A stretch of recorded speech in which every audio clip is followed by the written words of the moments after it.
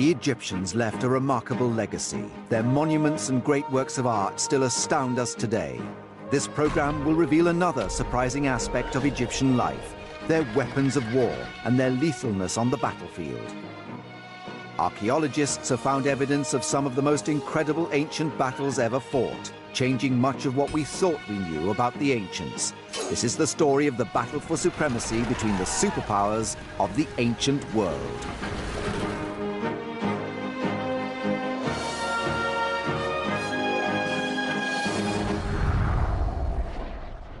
Our common perception of the Egyptians is of a cultured civilization, an educated people who worshipped their gods and rose to great heights of sophistication.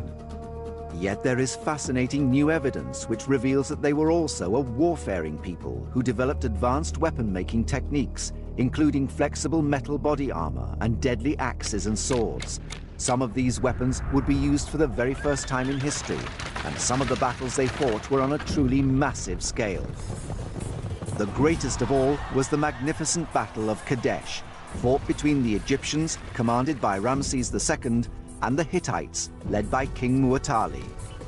It's the first human conflict that we have any sort of detailed records for.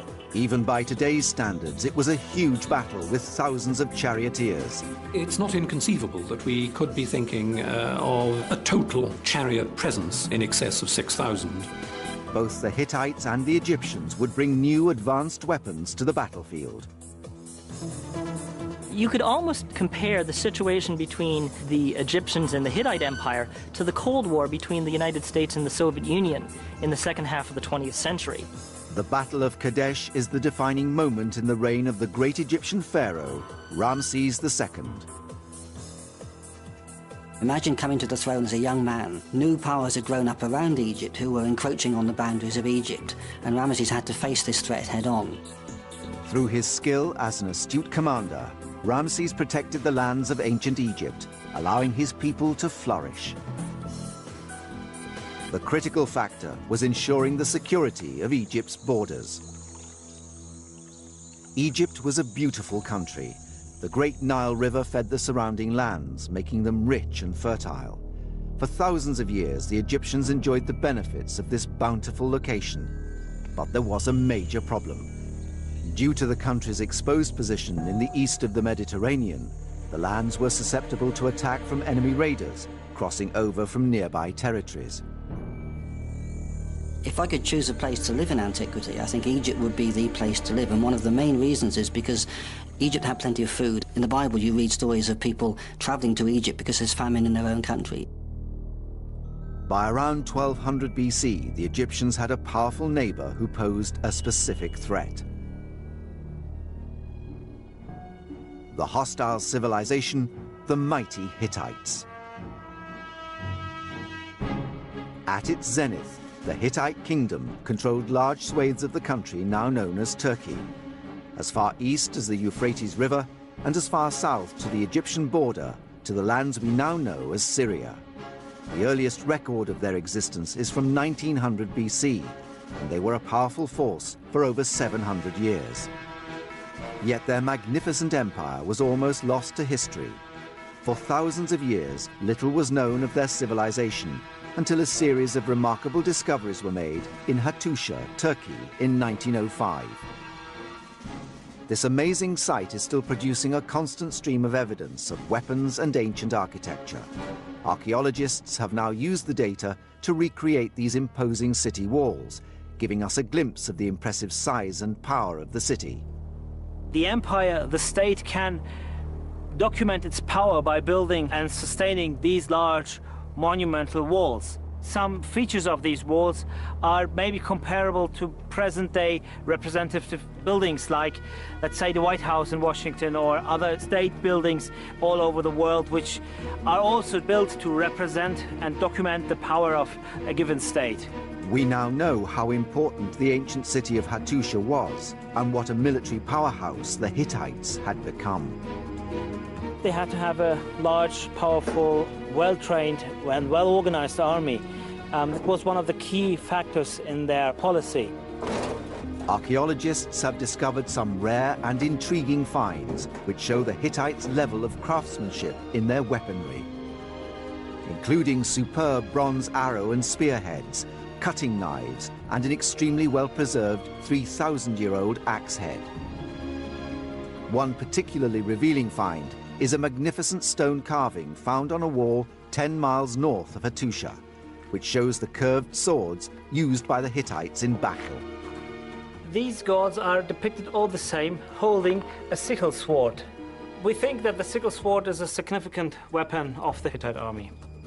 It's believed that the Hittites developed a lethal sickle-shaped weapon, unlike anything the Egyptians were using at the time. The Egyptians had made the critical error of allowing their military system to become obsolete, and indeed their military equipment to become obsolete. That is an absolute recipe for disaster at any period in history. The Egyptian army of this period was an infantry force of bowmen, spearmen, and archers. For thousands of years, the Egyptians hadn't needed to significantly develop their weapons, as their enemies were no more advanced than themselves. But all this would change when they came into major conflict with the Hittites. The stockpile of Egyptian weapons would be severely tested. Weapons such as the mace. Housed in the Ashmolean Museum in Oxford is one of the earliest mace heads ever found. This stunning weapon is known as the mace head of King Scorpion. This 3,000-year-old beautifully carved mace head was used in ceremonies, yet other simpler versions were used to smash heads open on the battlefield. The technology for putting a hole in the middle of the mace is really quite phenomenal. What they do is they heat the rock, they drop water on it, a few droplets at a time, just enough to cause a small crack. Then you can chip the crack away and you can repeat it and repeat it and repeat it, and eventually there is a hole in the middle which can then be worked smooth. It can crack quite hard objects quite quickly and quite effectively, so a single hit could do an enormous amount of damage. It was a fearsome weapon. Employing 21st century technology, we can see just how much damage a heavy stone mace can inflict on a skull. Using a camera that shoots at 2,500 frames per second, we can see the incredible destruction wrought by this weapon.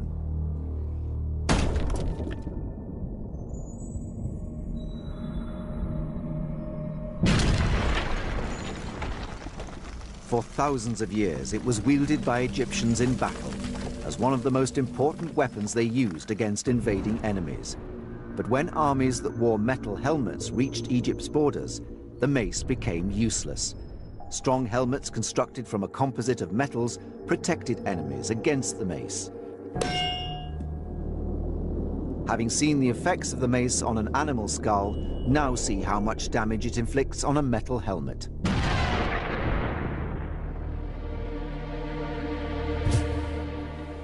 Here. Oh, hit right on one of the rivets, and there we go. Perfect little match.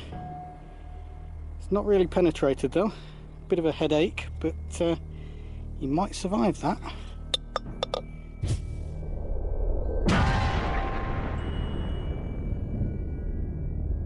By the 13th century BC, the Egyptian army had become weak against well-protected enemy forces and fell behind in the developing ancient arms race. Egypt geographically was so well protected, with the deserts on all sides and the Mediterranean to the north. There really wasn't much need for them to develop any kind of more sophisticated types of military technology. However, later on, when they came under threat from the Kerma culture in the south in Africa and from Syria-Palestine in the northeast, at that stage, they simply had to develop more sophisticated types of military technology. They had to catch up with the other cultures who were their rivals in creating an empire in northeast Africa and in Syria-Palestine. But there was one Egyptian ruler who would realize the importance of arming the country with cutting-edge military technology in order to survive and prosper. For Ramesses II to remain a dominant player in the ancient world at the time, it was absolutely crucial that he stayed abreast of the times. His army needed to be on a par with the Hittite army. New, powerful weapons which could inflict great carnage had to be made. Weapons such as the penetrator.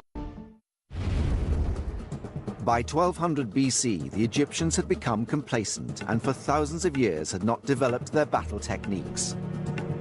Egyptian warriors were used to the simple weapons they had relied upon for centuries, such as the mace. Yet with increasing threats from the Hittites, they needed more lethal weaponry. To retain Egypt's power, the great Egyptian leader, Ramses II, implemented huge changes in military technology and strategy. He became the archetypal pharaoh, and it's not a surprise that virtually all the pharaohs of the 20th dynasty called themselves Ramses. Ramses was the son of Seti I and was born around 1302 BC. At the age of 14, he was appointed Prince Regent by his father. He's believed to have taken the throne in his early 20s and to have ruled between 1279 to 1213 BC. He would become the most prolific pharaoh to have lived, with many of his monuments still surviving today. These include the famous rock-cut temple at Abu Simbel, the stunning decorative hall in Karnak, and the mortuary temple, the Ra Museum, at Thebes. Even after thousands of years, the splendor of these sites still confounds modern architects and engineers. Ramses II was an ambitious ruler who wanted to seize new territories as well as protecting those he already held. His army had to be just as well armed as those of his aggressive neighbors. One of the first things that Ramesses had to do was to face a new threat to Egypt, and this was the Hittite Empire. They were the new emerging power in the Middle East, and they were attacking the boundaries of Egypt and disrupting the trade into Egypt. Under Ramses, Egypt began by capturing, then adapting its enemies' weapons. In 1720 BC, it was invaded by a warring people called the Hyksos. After defeating them, the Egyptians took their more advanced weapons and copied them. The princes from Thebes had driven out the Hyksos from Egypt, but they'd learnt by experience that they were able to adopt and adapt the weapons that had come into Egypt at this time. And from that point on, for a foreign foe approaching the Egyptian army, they knew they were facing the latest technology and the best weapons. One of the most dangerous weapons developed by the Egyptians was the penetrative axe. In the Cairo Museum is a spectacular example of a 3,500-year-old ceremonial axe. The expertise of the weapon maker was so fine that it is still sharp today. The melding of different metals to make stronger weapons was the key factor. In Herefordshire, blacksmith Steve Blewett uses techniques unchanged for thousands of years. During the Egyptian period, new metal compounds were used in weaponry to make them stronger. Every small improvement gave the army an advantage. When we're reproducing things like this, the technology is exactly the same. We use open fires and molds. We're still discovering things that we'd actually forgotten that they used over 2,000 years ago. This is a bronze Egyptian penetrative axe. As far as we can gather, it probably would have been used on fleeing and wounded opponents. The new, stronger, penetrative axe could inflict serious damage against most protection. This is bronze, which is a mixture of copper and tin, and bronze is actually 3 times harder than either of the parent metals. It's roughly between 9 and 10% tin, and the rest is copper. The forging of these metals is something that blacksmiths would struggle with today. Previous to that, they were only using copper, which could also be work hardened, but it lost its edge a lot faster, and it didn't cast so well as bronze. Some of the workmanship involved is, you know, we would struggle to do it today. The use of bronze ensured that the axe heads were stronger and would keep their sharp edges for longer. In the right hands, they were lethal. Egyptologists are now beginning to understand the advanced metallurgy behind weapon technology in Egyptian times. This is a replica of an ancient Egyptian battle axe. It dates to the period of the New Kingdom, which is the time of Thutmose III and Ramesses II. Now, it's very easy to look at museum objects in glass cases and look at them as nice objects in their own right, but it's easy to forget this is a killing machine. It was designed to actually kill people. The copper or bronze blade is actually lashed to the handle with leather thonging. Now, it may seem a very flimsy way of securing it, but the leather is put on when it's still untreated, and it shrinks and tightens, and that's a really secure fixing. That means that soldiers can do their own maintenance. If they have a damaged handle, they can replace the handle and do it themselves. You don't need a big military workshop there. This long haft of the axe, it gives it a longer swing when you're using it. And this flared shape at the end, again, that's not just nice design, it's to stop the axe falling out of your hand when you're using it if you're hot and sweaty. But how powerful was the penetrative axe when used against an ancient helmet?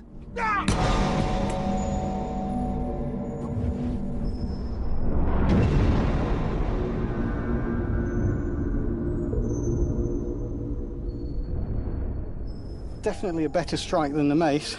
Almost managed to cleave the helmet. Right through inside, probably a fractured skull. Not a happy bunny.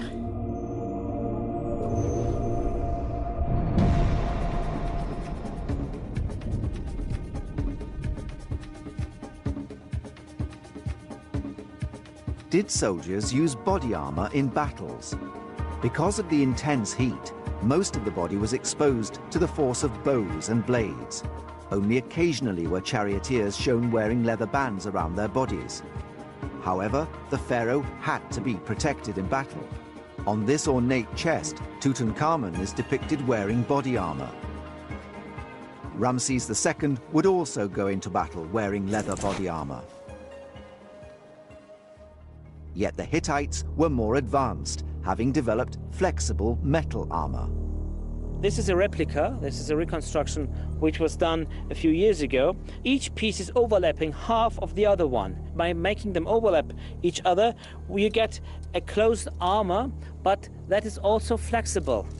If an arrow hits this straight, it can't get through. And even if it hits from the side, it gets stuck between these plates. This one is made for humans, to prevent humans from getting hurt, but there are larger ones which were obviously used for horses. The infantry relied upon their shields as their protection, using a centuries-old design. These Egyptian shields show the construction, using wood covered with leopard hide. Those used on the battlefield would have been similar in design, but less extravagant. This is a replica of an ancient Egyptian shield. Again, the original dates to the period of the New Kingdom. It's made of wood overlaid with leather. And you can see by the size, it's superbly designed to actually protect the upper part of your body. The shield is big enough to shield me and maybe one other person from incoming arrows or from spears or blows from axes. It's also large enough to kneel behind. Imagine facing the incoming Egyptian infantry. They have a wall of shields like this. They will be impenetrable to your arrows, and when you're at close quarters, to your swords and battle axes. Ramses II demanded the best weapon technology available for his troops, but he was up against great competition. Weapons such as the Kopesh were particularly deadly. Its curved shape derived originally from a farming sickle used to cut crops. Although it had humble origins, the Kopesh was in fact an extremely effective and versatile weapon, with the cutting edge on the outside of the curve. This is a straight-edged sword, probably been brought in by mercenaries, based on a Greek design, really. The Romans also used swords similar to this, and they were used throughout Europe. Their skill was far superior to ours in a lot of respects, and we have definitely lost some of the technology, and we're actually now rediscovering it. These 3,000-year-old swords are the type to have been favored by Ramses II. They're called European straight swords and are tapered to a point with the center of gravity at the back. Extremely lightweight, they could be used by the average infantryman for fencing. Their slashing power made them a deadly weapon.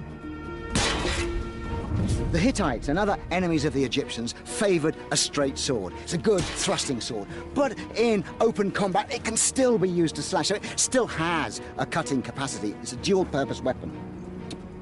The Egyptians favored the Kopesh. It has this curved blade, and the thing about curved blades is, as they lay on the flesh, they naturally impart a slicing motion. They're technically more efficient at the cut. I've looked at these on the wall carvings for years and always thought they were a rather primitive, like a sickle. They've just picked up an agricultural tool. It was a primitive, ungainly, ugly weapon. But this fine reproduction tells me it's a really beautifully designed weapon. In fact, it's almost perfectly designed because it has every function. I can still thrust with it because the curve is so created that the thrusting point is a direct line from my shoulder. And it's also got this little hook, so I can get in, I can hook an enemy's shield, bring it down and jab him in the face. And if that hasn't done it, slash open his jaw.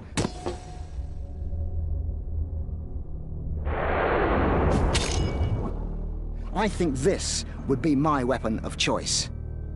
Ramses II knew he had to have the best swords and developed a range to include the short straight sword and the longer Egyptian blades. These formed a major component in the Egyptian infantry arsenal. But there was another even more highly prized and technologically advanced weapon in the ancient arms race: the lethal composite bow.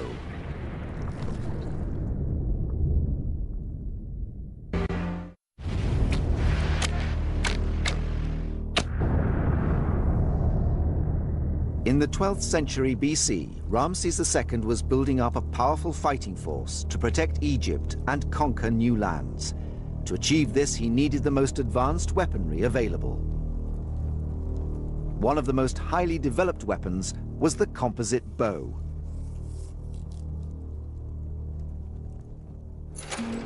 Stored away in the Cairo Museum is a unique set.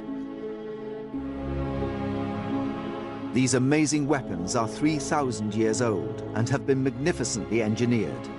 Bows and arrows had been used for centuries by the Egyptians, but invading enemies like the Hyksos brought new technology.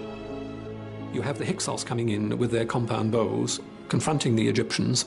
They can stand off out of range of the Egyptians and shoot them to pieces with compound bows. And the only solution the Egyptians have to that is to get the compound bow themselves. The Egyptians first used simple bows between 3 and 6 feet in length. These were later surpassed by the more powerful composite bow, constructed to achieve the greatest possible range, while retaining a manageable size and weight. Inside here is an extremely sophisticated piece of engineering. The body of the bow is created using thin strips of buffalo horn, which keep their shape and act as a powerful spring during firing. The horn was then attached to a preformed piece of wood with resin and left to set for a month.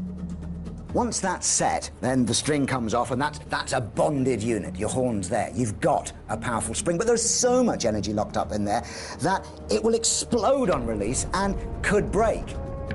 Animal sinew was used to bind the bow together. Beaten until fibrous, it was bound around the main body for greater penetration.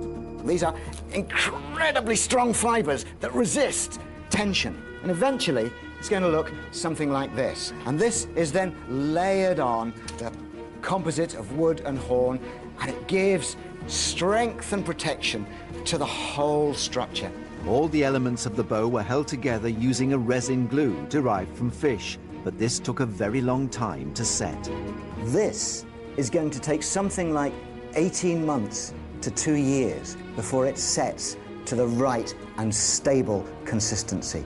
So making a composite bow was a very highly developed technology, but it was an incredibly expensive technology. Today's equivalent composite materials are fiberglass and carbon fiber. It's the same thing. Horn is essentially carbon. So when that's laminated with fiberglass, these are the materials that we go to space in and the other gizmos of our modern-day society. But the concept of composite structure giving extreme strength is as old as the Egyptians. With a composite bow, you don't need to restring it just before the battle. You can actually carry the bow around ready strung for quite long periods. So the composite bow was a big leap ahead from that point of view and was absolutely essential to the new Egyptian armies of the New Kingdom. This was a really ingenious piece of technology. If you look at it in its unstrung shape, you will see how the composite materials, the horn, the sinew, and the wood, have been set for a preformed shape.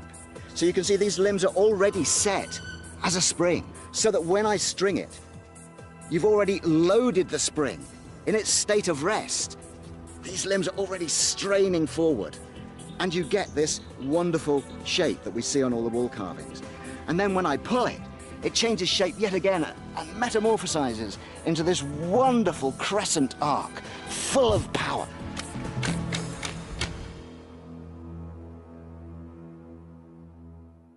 Taking 18 months to complete, the composite bow was considered a precious and revered weapon. These extremely ornate bows were found in the tomb of Tutankhamun and are some of the finest examples ever discovered. The composite bow was the most powerful ancient bow to exist. Its design was developed over thousands of years until it was perfect. But just how powerful was it?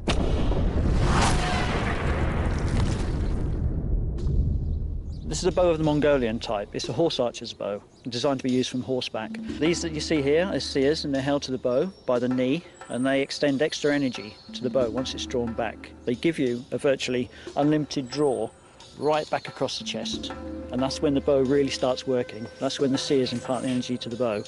This is a modern composite. It's a copy, and it's made with modern materials, which are quite good, but not as good as the original materials. They were made by craftsmen.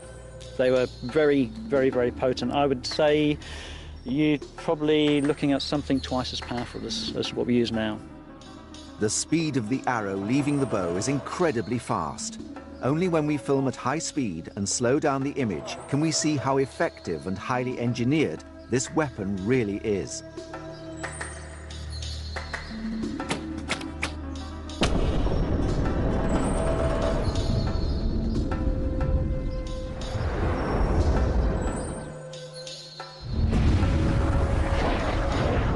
Action!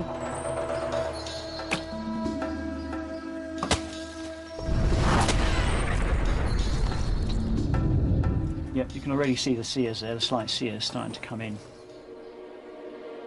Once the arrow is released, it actually bends around the bow to allow it to carry on straight. And then what it does is what we call fishtail, from side to side until it straightens up. And you'd probably be looking at probably close to 300 feet per second for an arrow.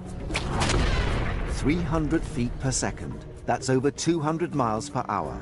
The impact from such a weapon would be fatal.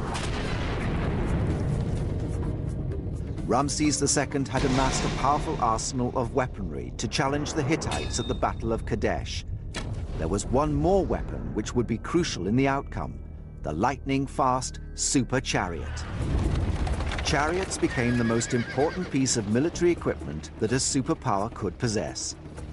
Chariots evolved over time from what was initially quite a clumsy cart with solid wheels and so on, into eventually the ultimate war machine, very lightly built, very efficient. It was probably the most complex object that anybody in the ancient world ever attempted to construct. The warrior pharaohs of Egypt came into conflict with enemies who used fleets of chariots in battle, but only built up their own chariot corps through trade and seizure. Once they'd mastered the art of chariot building, the Egyptians developed their own vast fleets. Images on tombs show mass production of chariots being manufactured for battle. This was clearly a unique moment in history when, for the first time, the entire resources of a state were deployed to producing a chariot on what was essentially the first production line in history. Recent discoveries that were made at the site of Ramses' capital at Paramesses in the Delta have actually revealed a military-industrial complex, complete with workshops for manufacturing various types of weaponry, and even essentially a store house for chariots and parts of chariots. By the time of Ramses II, the Egyptians had not only adopted the chariot, they'd almost perfected it, fine-tuning it into the most superb machine of the ancient world. The Egyptian craftsmen took the chariots, and they're technically incredibly difficult things to make. The wheels, masterpieces of construction, but they made a light, fast chariot which was better than the enemy's chariots. Chariot expert Robert Herford has built replicas of both Egyptian and Hittite chariots. It's a light, manoeuvrable, nippy job. You can imagine it being very manoeuvrable in tight corners and useful thing around a crowded battle scene. Egyptian chariots consisted of a lightweight wooden circular cab with an open back. on top of an axle with 2 wheels of either 4 or 6 spokes. The wheels were meticulously assembled. This is the sort of thing that the ancient Egyptians were using. It's a bent wood rim. Outside that is a rawhide tyre. The spokes are actually braced by tyings of animal fibres round their roots here.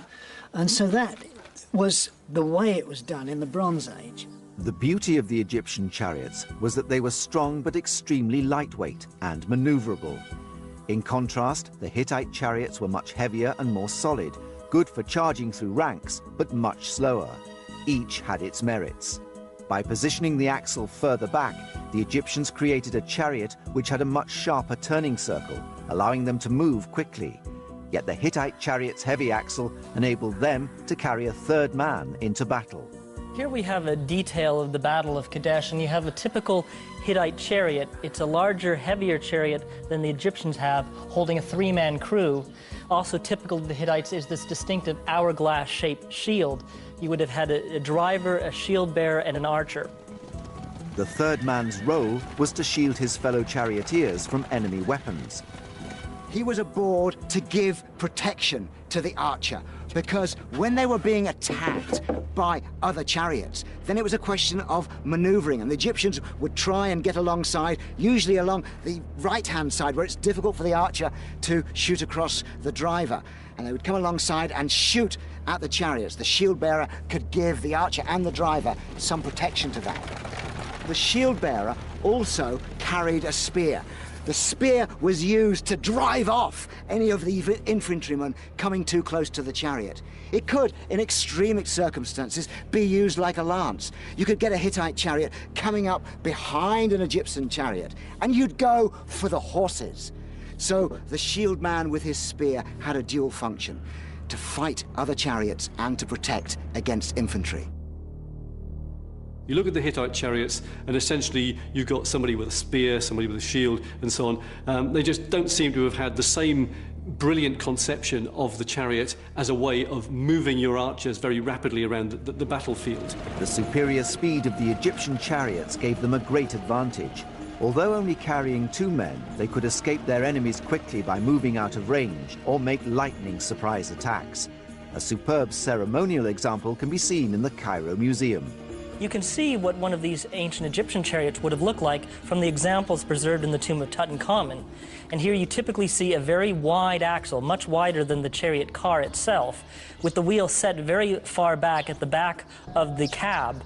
The cab itself is very small and very shallow, so it would have been a tight fit for both a driver and an archer to sit in one of these chariots. However, the Egyptian chariot was very lightweight and extremely maneuverable. They were essentially the F-16 fighters of their day. Ramses II had amassed his men and their high-tech weapons. Now he was ready for battle. We have to remember that the ancient Egyptians hadn't had the horse and chariot before the New Kingdom. So Ramses II, with the combination of the composite bow and the horse and chariot, really did have the peak of military equipment. Ramses II's reputation as a great military leader would rest on his success at Kadesh. But when would he? The stage was set for the Battle of Kadesh. Ramses II had prepared his forces with the finest weaponry and was ready to embark upon what would be one of ancient history's most decisive battles. He led his infantry and charioteers on a 1,000-mile journey northwards to oust the Hittites from the city of Kadesh. The power struggle between the 2 great societies was about to reach breaking point. In the quest to expand their empire, the Hittites had set their sights on the valuable trade routes in and out of Egypt. The Egyptians had lost the province of Kadesh in Syria 50 years before Ramses came to the throne, and the empire had survived quite nicely without it. But the Egyptians seemed to have had an obsession with Kadesh. They couldn't let go of it. They had to get it back to save their own face. The citadel of Kadesh sits on a tall rocky mound in the middle of a vast plain, an ideal theater of war for chariots. And that valley was a crucial and lucrative trade route. Ramesses wanted that, and that is why he marched his army nearly 1,000 miles to face King Muwatalli, and take Kadesh. When Ramses arrived on the edges of the plain below Kadesh, he knew King Mu'tali's Hittite troops were in the region. He knew he would face a force of thousands of troops and well-armed charioteers. Ramses was clearly outnumbered. His only chance of victory would be in the strategic deployment of well-armed infantrymen, and more specifically, his skilled bowmen attacking on their high-speed chariots. But what strategy did Ramses employ to ensure his archers had the advantage? The key would be the pattern of short, sharp attacks and rounds fired in quick succession. As a way of demonstrating this technique, weaponry expert Mike Loades will fire a composite bow from a chariot to show the pattern of forays undertaken by the Egyptians. For demonstration purposes, we've used a platoon of Roman soldiers who fought in a much later period but had similar shields and helmets for protection to represent the Hittites. The chariot wasn't used like a tank. It wasn't a contact weapon for smashing through, because if you've got a dense phalanx of men and you charge with a chariot, it's got horses at the front, it's a light vehicle, there's no real weight there. After the first two ranks, the speed is frustrated, the chariots come to a halt, the charioteers hauled off and killed. So it's not used for that sort of contact. What it's used for is, against infantry, it needs to frustrate the movements of infantry on the battlefield to get tactical advantage. As I'm riding in, I want to see how many arrows I can drop into this block. I'm at my most vulnerable when I turn, because obviously sideways on, you've got the horse sideways on, it's an easy target for them. So I don't want to go too close to them, just as close as I dare, and make that turn as sharp as we can. And as we get away, I still want to send some shots back.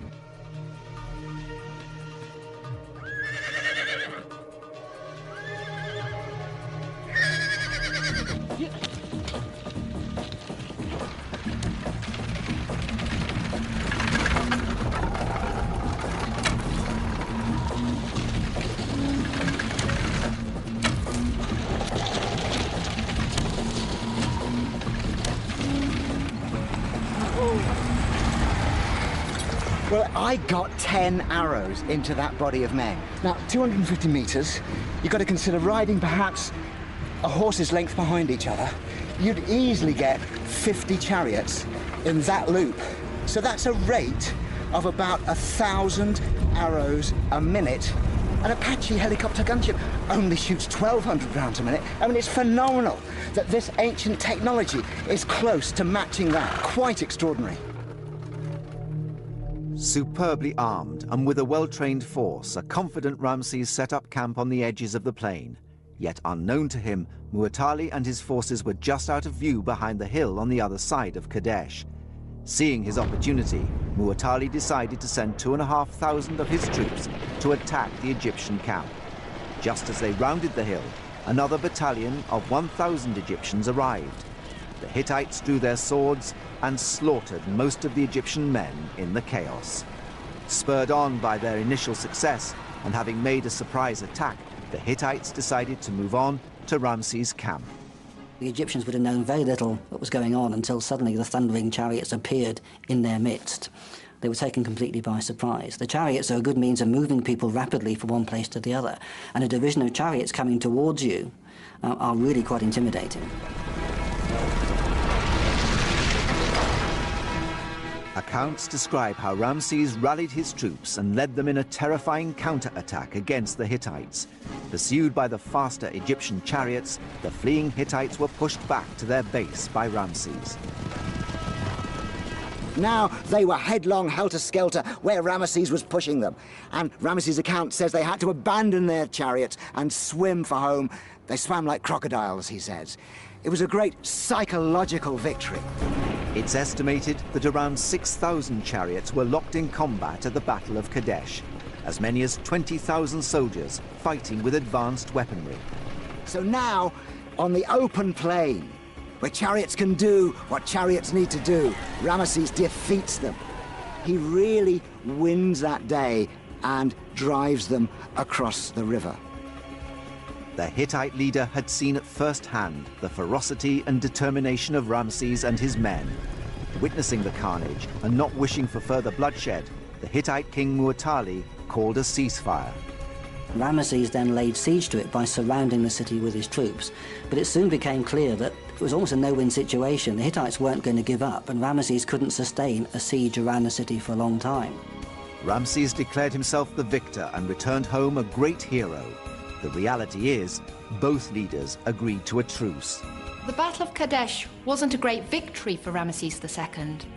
These days, it's generally considered a stalemate, but he was able to turn it into a hugely important piece of propaganda. As far as the Egyptian people were concerned, he was the great victorious ruler, and he covered the temples of Egypt with these statements of his victory and his supremacy in the ancient world. Skirmishes continued around Kadesh for another 15 years, yet no battle as fierce as the one fought by Ramses against the Hittites was fought there ever again. The Egyptians and the Hittites eventually joined forces against the civilization that loomed over both of them, the Assyrians. In a remarkable strategic move, the Egyptians and Hittites signed the first ever peace treaty in history. A copy of it is on display in the headquarters of the United Nations in New York. And we have both accounts, the Egyptian written account, which is in Karnak Temple, and a Hittite account as well. And the two superpowers agreed to be friends. Whatever the outcome, Ramses had transformed Egypt into the military powerhouse of the ancient world. Ramesses was the man. Ramesses was the man of the moment. And Ramesses was the pharaoh of Egypt. And it still retained its superiority among nations of the time. War has always been the catalyst for technological breakthroughs, and the axes, swords and knives of ancient battles lay the foundations for military technology for thousands of years. What new inventions remain to be rediscovered in modern times and make us rethink everything we thought we knew about the ancient world?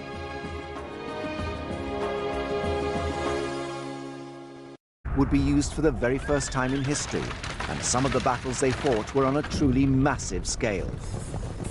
The greatest of all was the magnificent Battle of Kadesh, fought between the Egyptians, commanded by Ramses II, and the Hittites, led by King Muwatalli.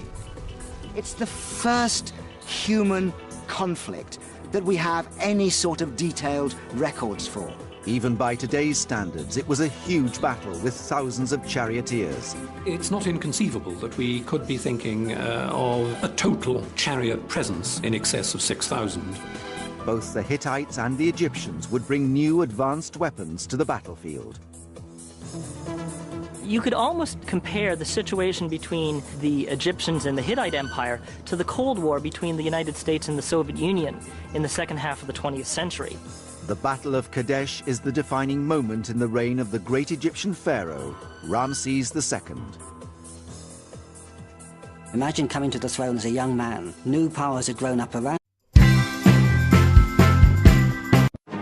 The Egyptians left a remarkable legacy. Their monuments and great works of art still astound us today.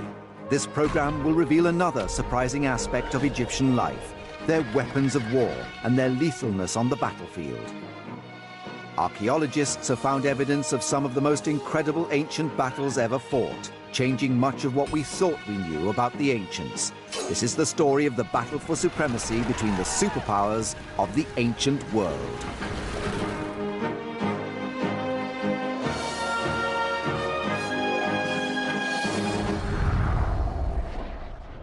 Our common perception of the Egyptians is of a cultured civilization, an educated people who worshipped their gods and rose to great heights of sophistication. Yet there is fascinating new evidence which reveals that they were also a warfaring people who developed advanced weapon-making techniques, including flexible metal body armor and deadly axes and swords. Some of these weapons... By building and sustaining these large monumental walls. Some features of these walls are maybe comparable to present-day representative buildings like, let's say, the White House in Washington or other state buildings all over the world, which are also built to represent and document the power of a given state. We now know how important the ancient city of Hattusha was and what a military powerhouse the Hittites had become. They had to have a large, powerful, well-trained and well-organized army It was one of the key factors in their policy. Archaeologists have discovered some rare and intriguing finds which show the Hittites' level of craftsmanship in their weaponry, including superb bronze arrow and spearheads, cutting knives, and an extremely well-preserved 3,000-year-old axe head. One particularly revealing find is a magnificent stone carving found on a wall 10 miles north of Hattusha, which shows the curved... And Egypt, who were encroaching on the boundaries of Egypt, and Ramesses had to face this threat head-on. Through his skill as an astute commander, Ramesses protected the lands of ancient Egypt, allowing his people to flourish. The critical factor was ensuring the security of Egypt's borders. Egypt was a beautiful country. The Great Nile River fed the surrounding lands, making them rich and fertile. For thousands of years, the Egyptians enjoyed the benefits of this bountiful location. But there was a major problem. Due to the country's exposed position in the east of the Mediterranean, the lands were susceptible to attack from enemy raiders crossing over from nearby territories. If I could choose a place to live in antiquity, I think Egypt would be the place to live. And one of the main reasons is because Egypt had plenty of food. In the Bible, you read stories of people traveling to Egypt because there's famine in their own country. By around 1200 BC, the Egyptians had a powerful neighbor who posed a specific threat. The hostile civilization, the mighty Hittites. At its zenith, the Hittite kingdom controlled large swathes of the country now known as Turkey, as far east as the Euphrates River and as far south to the Egyptian border to the lands we now know as Syria. The earliest record of their existence is from 1900 BC, and they were a powerful force for over 700 years. Yet their magnificent empire was almost lost to history. For thousands of years, little was known of their civilization, until a series of remarkable discoveries were made in Hattusha, Turkey, in 1905. This amazing site is still producing a constant stream of evidence of weapons and ancient architecture. Archaeologists have now used the data to recreate these imposing city walls, giving us a glimpse of the impressive size and power of the city. The empire, the state, can document its power